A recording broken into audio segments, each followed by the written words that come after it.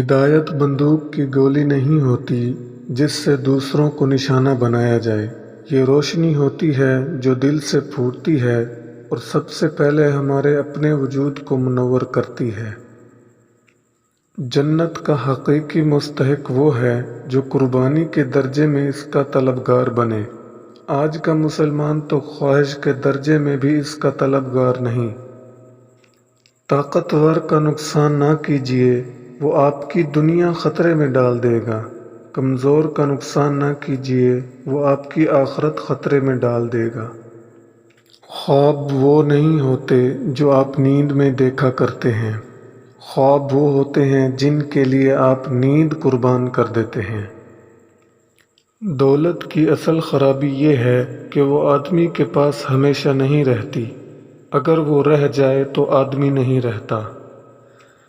اللہ تعالیٰ نے چیزیں استعمال کرنے اور لوگ محبت کے لیے بنائے ہیں، مگر انسان چیزوں سے محبت اور لوگوں کو استعمال کرتے ہیں۔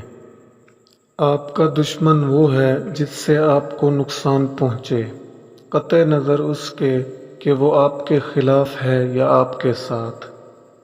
اصولوں کے لیے جنگ کرنا بہت آسان ہے، اصولوں کے مطابق زندگی گزارنا بہت مشکل ہے۔